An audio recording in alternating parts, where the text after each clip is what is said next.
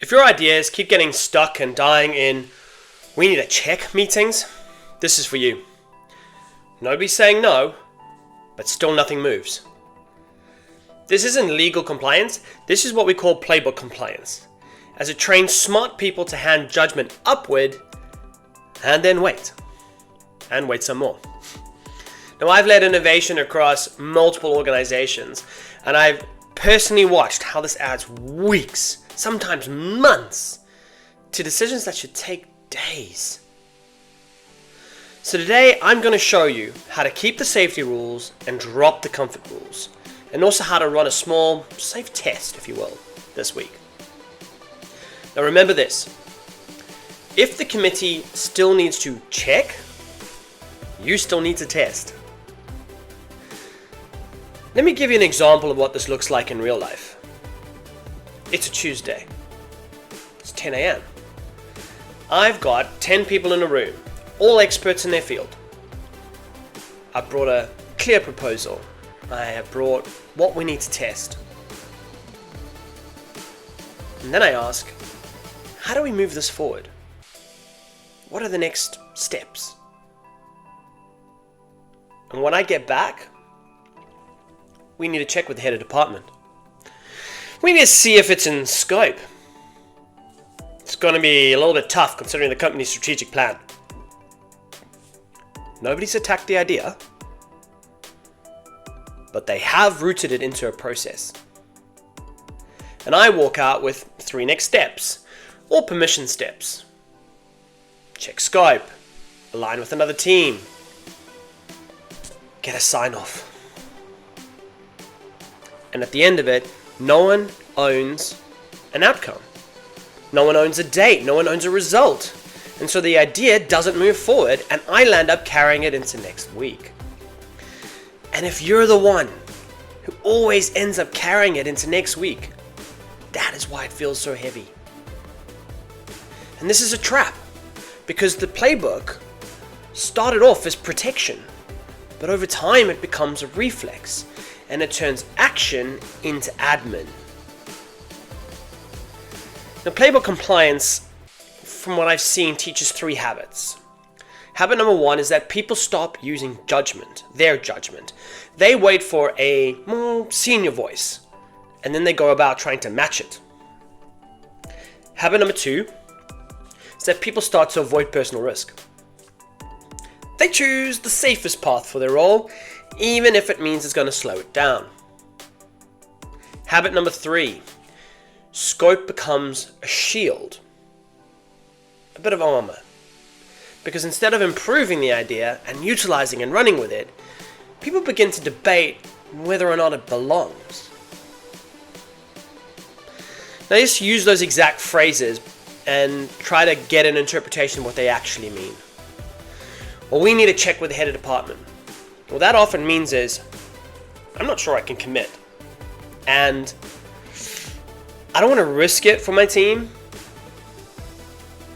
What about we need to see if it's in scope. And what that often means is that, well, if it goes sideways, I want a rule that's going to protect us, me.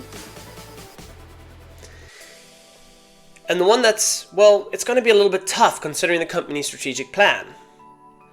What that often means is that, well, if it's not clearly linked to a company priority, it's either going to get stalled or shelved. This is why the room goes quiet. People do see the potential, but the system has become to reward caution. So here's a move. Here's a strategy that you can make in that next meeting without calling anyone out. Ask the question, okay, what's the smallest safe test, or smallest safe version of this that we can run this week? And at the end of the meeting, ask yourself an auditing question. So based on the outcomes, what is going to exist by Friday, or what is going to happen by Friday that doesn't exist right now? If the answer is only meetings, you don't have an answer and you don't have momentum. Now, I want to be very clear and say that there is a boundary. And that boundary is employee safety. It's a non-negotiable. So this isn't about ignoring processes. It is about separating out safety rules with comfort rules. And you can ask yourself two questions. Number one, does this affect safety, critical quality, or maybe customer harm or risk? Number two, if not, what is the smallest version of this that we can test without changing anybody's job or risk? If the answer to question one is yes, slow down, do it properly. If the answer is no, shrink it. Shrink the work until you can test it safely. Now, here are 3 responses that you can use in a room. So if somebody says, well, we need to see if it's in scope, well, you can respond with, great, well, let's define what that smaller scope version looks like. Now we can test without changing anyone's job tomorrow or anybody's risk. If someone comes to the room saying, well, we need to check with the head of a department, you can say, I agree, but let's book that 15 minutes in. But before that, let's choose the smallest test that we can run this week so we can bring evidence to that meeting, not just opinion. And if someone comes with, well, it could be a bit tough considering the company's strategic plan, your response is, or can be, that's a great insight. So, in your view, which strategic goal do you think this supports? If we can't link it directly now, let's shrink it until we can test it so that we can do that. Now let me show you the approach that keeps the right people informed while still being able to move fast. And this changed everything for me. I started running 2 tracks at the same time. Track 1, the formal pathway. Now, you have to keep credibility in this process. So you need to keep the right people informed, and you also must follow the required steps. That's the formal pathway. But whilst you're running that formal pathway, run track 2, the proof pathway. Run a set of small tests to validate the idea. Build internal support before that final approval moment. Because my experience, and certainly others, has taught me that committees almost always, in fact, it's very rare they don't, they send you away with the same request or the same response. Show us the data. Show us a plan. Show us evidence. So I stopped waiting to be asked.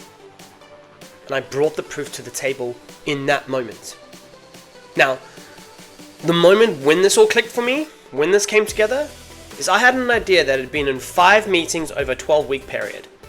And it kept getting pushed back with scope and strategic plan. So I decided to run a 7-day test inside a set of boundaries and restrictions. And I tested the concept with the head of R&D as well as a regional sales manager. We landed up measuring time to market, potential return, and the data showed a positive return inside 12 months and a path to 6 figures in terms of revenue within a 36-month window. So when we went back, the question stopped being, should we? But rather, what would it take to scale this safely? That's the power of proof. It cuts time dramatically because by the time you reach the approval moment, you've already done the work. And you've built the buy-in because you've involved key influencers during the test.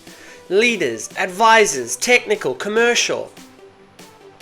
And you're not asking them for permission. You're using them to pressure test your idea, to spot the gaps, to help you improve it. Now there's one rule that keeps all of this clear and clean and above board, and that's no surprises. Keep the right people informed while you test. Now you can use your own proof pathway and you can create your own proof pathway.